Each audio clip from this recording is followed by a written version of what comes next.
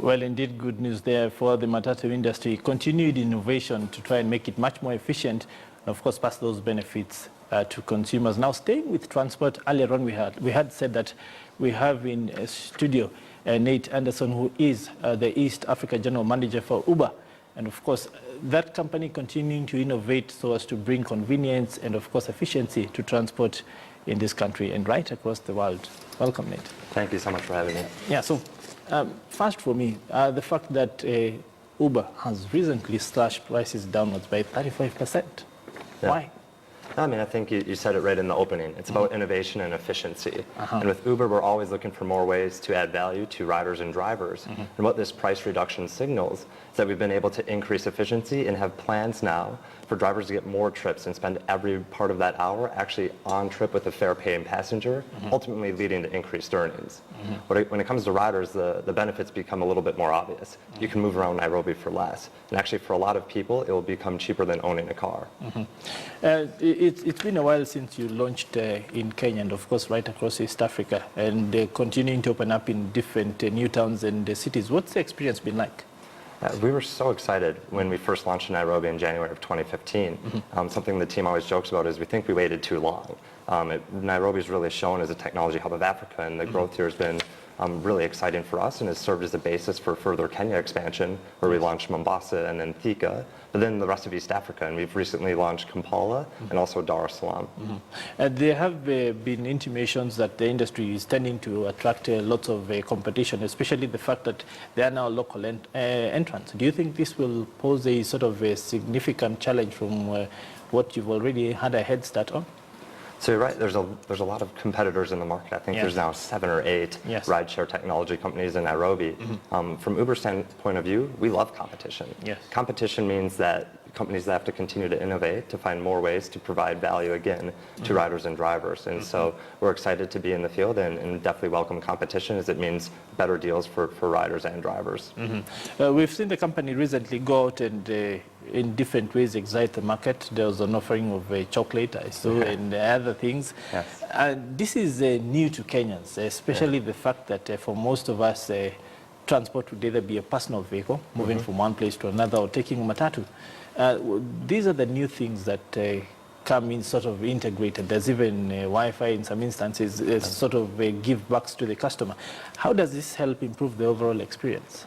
Yeah, I think it's interesting, right? And so recently we did an Uber ice cream on-demand stunt, and actually in every city around the world at Uber, so over 400 cities, on one day, riders all around the world could open up the application and request ice cream on demand. And I think what it goes to show is that once you can build a technology platform that matches someone who wants something with someone who's willing to provide it, you can go beyond just transportation. And now in the US and Canada and other parts of the world, we've opened up other technology platforms like Uber Eats, where people can now request food, right, instead of a transportation. So might this be the direction the company then takes in Africa and maybe, of course, in Kenya? Absolutely. I mean, right now our focus is entirely on the transportation product, and that is Uber's core product at the moment. But we have grand visions for Africa. We've been so excited to be a part of the market so far, and are always going to look for more ways that we can further ingrain ourselves within the city, help celebrate it, and then provide more value to customers in the market. For Nairobi and of course most of Kenya and other African countries, public transportation tends mostly to be a real sort of mess, so to say. And there is room to sort of take it to the lower bits of the market. The fact that there are different innovations around Uber that enable people to share rides, to be able to bring down the cost significantly, so that in the beginning, while it would be a taxi ride, then it becomes divided among several people, so that the prices come down. Are we going to see that starting to pan out across this market? Yeah, I mean, I think you're going to see right now, with our prices going down 35%, we are opening up to a new rider base. But still, we have other features that we put within the application, like Split My Fare. And so when you share a ride with multiple people in the car, we can actually use the technology, if people have credit cards loaded, to automatically divide the fare amongst them. Right? In other markets in the US and parts of Europe, we have created products like Uber Pool, which is a ride-sharing product that does match multiple customers who may not know each other on a ride that's going in the same same direction. And I think the great thing with Uber is just because we're in now over 475 cities, 70 countries, we can see all of these products in other markets first and really take the best products and then bring them to Nairobi. A key source of concern for people in African markets is security. The fact that there does tend to be lots of things like crime going around, especially around transport. How have you been able to sort of bring a bit of assurance into that equation? Yeah. Safety and trust are so important to the Uber platform. Yes. And so every driver that is actually on the platform goes through a rigorous background check and screening process before they even go into their first driver training. Yes. Right? And then within actually the ride, we try to create new technology features to make the rides more safe. So even before you get into that car, you have a photo of the driver, you know the car make and model, you know the registration plate. Once you're in the vehicle, you can actually share your ride with a friend or family member, and they can watch you on the map throughout the entire ride and make sure you get back to your destination okay. And then afterwards, it's all about the 5-star accountability system. Yes. So the rider and driver each rate each other 1 to 5 stars on every single ride. That's to ensure that you're always providing quality service, and it helps us understand if there is going to be any quality issues that we can proactively mitigate. And the issue of traffic jams, the fact that the rather unpredictable nature, while you'd expect that there'd be peak hours, sometimes in Nairobi they tend to crop up out of nowhere.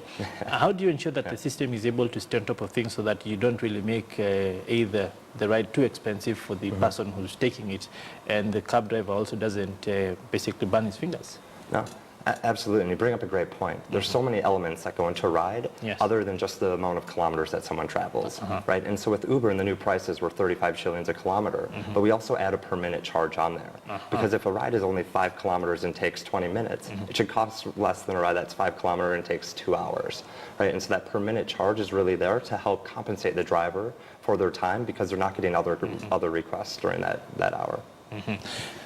When you think about the fact that Kenya tends to be a unique market in terms of fast, let's say, corporate governance, there have been instances where I've seen on other apps where drivers will use the app to locate clients but fail to sort of log it, and thus sort of, I'd say, creating attrition of revenue. Have you been able to sort of, I'd say, plan against that? Because Kenyans will be Kenyans. They will try to find a way around the system, just like maybe they would try in Lagos or one of those places. No, I mean, I think it's all about building trust with the driver partners, right? And so everything we do, we always try to have really open lines of feedback to understand what can we do at Uber to better provide value to our driver partners. At the end of the day, the drivers are the face of Uber. They're the one interacting with riders every day. And so we want to make sure that everyone is encouraged to keep delivering that 5-star service. And that's why we always try to find more ways to add value to the platform. We've recently done deals with banks on vehicle financing and also with other companies on fuel discounts. And so we keep on trying to find more ways to provide value even beyond just the ride. Finally, for me, the fact that when you came into this market, there was lots of opposition, and so to say, over time, the market has sort of proven you. What would you be saying to the market in terms of where this company is expected to go and the sort of service we can expect? Yeah, no, I mean, I think, like I said, we're so excited to be here. One of the big things that we're trying to really challenge right now is this need to own a personal vehicle, right? I think with Uber, we can create so much efficiency within the market that it's going to be cheaper for people to Uber to and from work every single day and actually drive a car, have to worry about the hassles of traffic and parking. And so I know right now there's already a strong cohort of riders in the city that have already ditched their keys to take Uber every day. And I would like to challenge more people to try the same. Okay. Thank you very much, Nate Anderson from Uber East Africa. Thank you for taking Thank you so much.